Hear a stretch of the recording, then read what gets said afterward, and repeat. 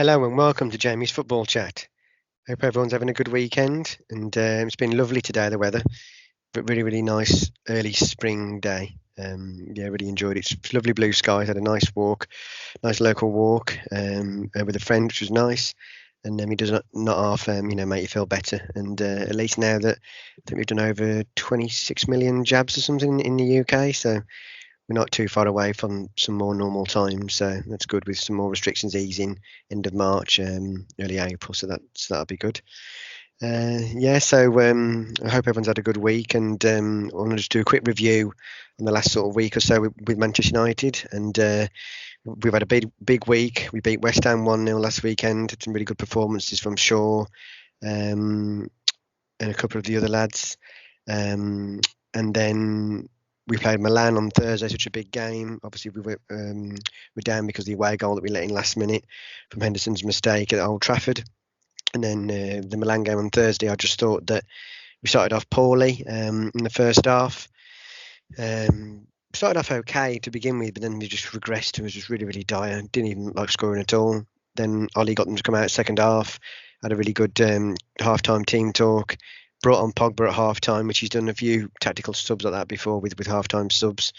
Brought on Pogba, and he was just class. He just oozed class in the whole game. Played really, really well. He came on the left straight away. We had a couple of chances, and then Fred was just sort of tearing about in the box, terrorising the defenders, and then it came to Pogba, and he just spent got all the time to sort of wait, and then hit it roof of the net. And yeah, it was a great finish, great goal, and we got the 1-0. And then after then, we had a few more chances with James and a couple of others. Greenwood, good save by Donnarumma, and then we just defended really, really well. I thought Victor Lindelof had one of his best games for the club. I thought Fred first half was quite poor, but then second half he was brilliant. He got everywhere, tackling, and going everywhere on the pitch. And the press and that we did second half was great. McTominay, every single one of the players was brilliant. Maguire, great defensive performance. Shaw was just brilliant again, absolutely outstanding. He's been the last year or so. And Wan-Bissaka as well was good as well. The whole defence, and then as soon as Ibrahimovic come on, I thought he was going to score here. But yeah, Henderson made that absolutely brilliant save. And yeah, I was pleased for him because it was a big game for Henderson to play in. Got a really, really important win. And I thought James again was working really, really hard, never gives up. Again, his end product sometimes can be better, but yeah, he just kept on trying. He was really good. Greenwood again had another good game. McTominay as well, playing well. And Ollie just was right tactically again to not really do too many subs to shut the team. And it was really good away European performance. Never a tough place to go.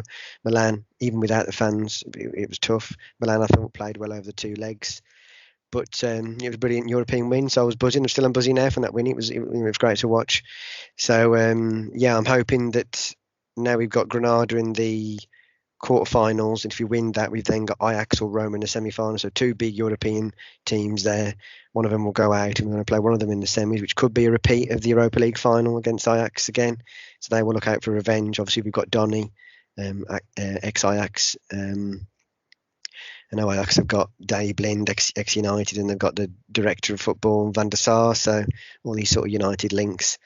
So, yeah, it could be an interesting semi-final. But really true, even though Scholes and Hargreaves are saying, we're the favourites for the Europa League, which we are, got the best squad, but no game's easy in Europe, especially if you get Roma or Ajax. They're not the teams of old, but it'll still be a tough game in the semi-final. So if we get there, if we beat Granada, which will still be a tough game against a Spanish side that always try and play attractive football. I think they're in the top 10 at least in the La Liga.